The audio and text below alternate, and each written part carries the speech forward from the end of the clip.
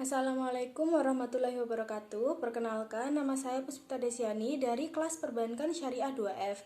Di sini saya akan menceritakan tentang salah satu imam besar, yaitu Imam Hambali. Beliau bernama Ahmad Imam bin Muhammad bin Hambal Asy-Syaibani atau lebih sering dikenal dengan Imam Hambali. Adalah seorang ahli fikih sekaligus pakar hadis di zamannya. Beliau dilahirkan di ibu kota Kekhalifahan Abbasiyah, yaitu di Baghdad, Irak pada 20 Rabiul Awal tahun 164 Hijriah dan wafat pada 12 Rabiul Awal tahun 241 Hijriah. Imam Hambali berhasil menghafalkan Al-Quran secara sempurna saat berumur 10 tahun. Setelah itu ia baru memulai mempelajari hadis.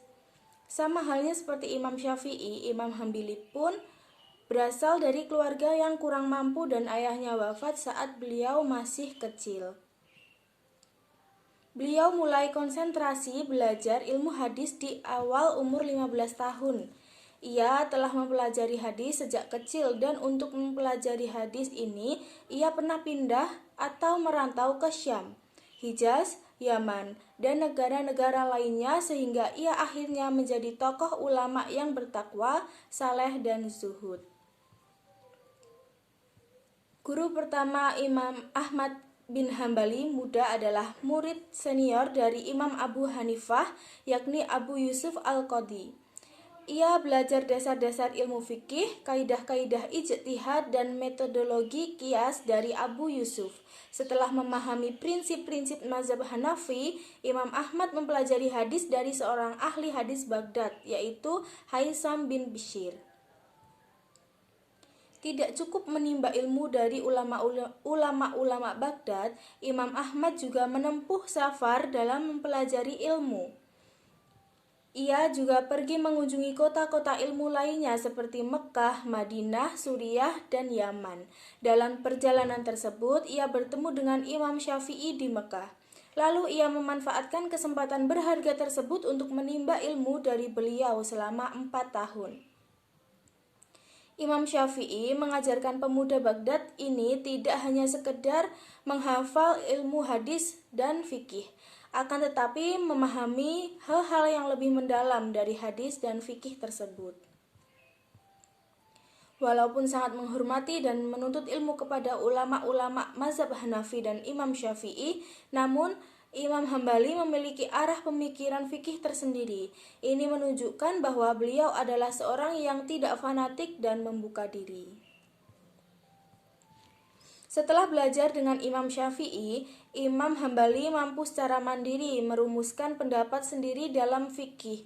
Imam Hambali menjadi seorang ahli hadis sekaligus ahli fikih yang banyak dikunjungi oleh murid-murid dari berbagai penjuru negara Islam, terutama setelah Imam Syafi'i wafat di tahun 820 Hijriah.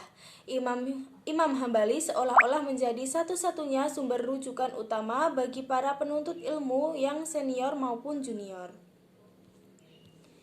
Guru-guru Imam Hambali yang pertama ada Ismail bin Ja'far, kedua Abbad bin Abbad al-Ataki, ketiga Umari bin Abdillah bin Khalid, keempat Husain bin Bashir bin Qasim bin Dinar As-Sulami, yang kelima Imam Syafi'i, yang keenam Waqi' bin Jarrah, yang ketujuh Ismail bin Ulayyah, yang kedelapan Sufyan bin Uyainah, yang kesembilan Abdur Razzaq, yang kesepuluh Ibrahim bin Maqil. Murid-murid Ahmad bin Hambali. Yang pertama, putranya sendiri yaitu Salih bin Imam Ahmad bin Hambal. Yang kedua, putranya Abdullah bin Imam Ahmad bin Hambal. Yang ketiga adalah keponakannya yaitu Hambal bin Ishaq.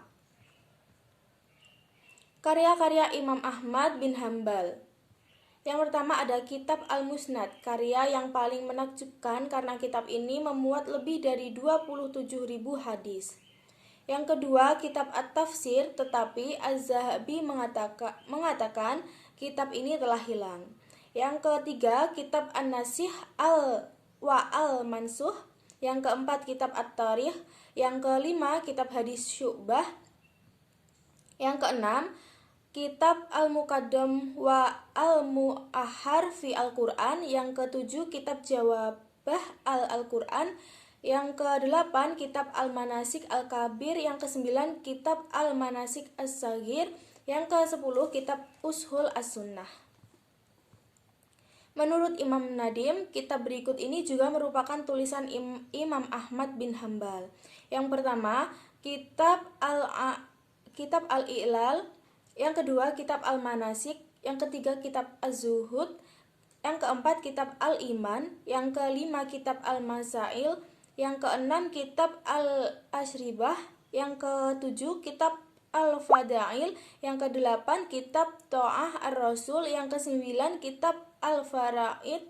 Yang ke-10 kitab Ar-Rad Al-Jahmiyah. Mazhab Hambali atau Al-Hanabilah adalah mazhab fikih dalam Islam yang dikemukakan dan dikembangkan oleh Imam Ahmad bin Hambal atau Imam Hambali. Pada dasarnya, prinsip-prinsip dasar dalam mazhab Hambali hampir sama dengan mazhab Syafi'i. Hal ini dikarenakan Imam Hambali berguru pada Imam Syafi'i. Mazhab Hambali memiliki 5 dasar utama, yaitu yang pertama, nas Al-Quran dan hadis marfu'. Bila Imam Hambali mendapatkan suatu hadis, beliau kemudian berfatwa dengan tidak memperdulikan keterangan-keterangan yang menyalahinya. Yang kedua, fatwa sahabat.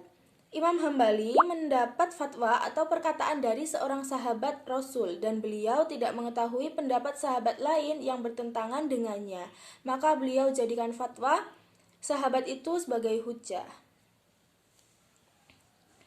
Yang ketiga, pendapat sahabat.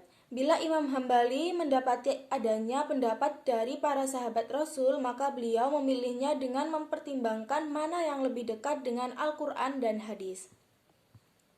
Yang ketiga, hadis mursal dan hadis do'if. Imam Hambali tetap mempertimbangkan hadis mursal dan hadis do'if apabila tidak didapati keterangan-keterangan yang menolak hadis tersebut. Bagi Imam Hambali, berhujjah dengan hadis do'if tidak masalah selama hadis do'if tersebut tidak batil, tidak mungkar, dan tidak ada perawi-perawinya yang dituduh dusta. Bagi Imam Hambali, melihat dan merujuk pada hadis mursal dan hadis do'if lebih utama dari qiyas. Yang kelima adalah qiyas. Imam Hambali menggunakan qiyas bila ada keadaan mendesak atau darurat saja. Kondisi darurat yang dimaksud adalah ketika beliau mendapati hadis, baik hadis sahih, hadis mursal, dan hadis do'if, atau perkataan sahabat yang bisa dipakai.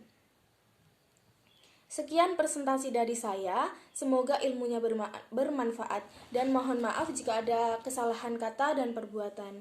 Saya akhiri, wassalamualaikum warahmatullahi wabarakatuh.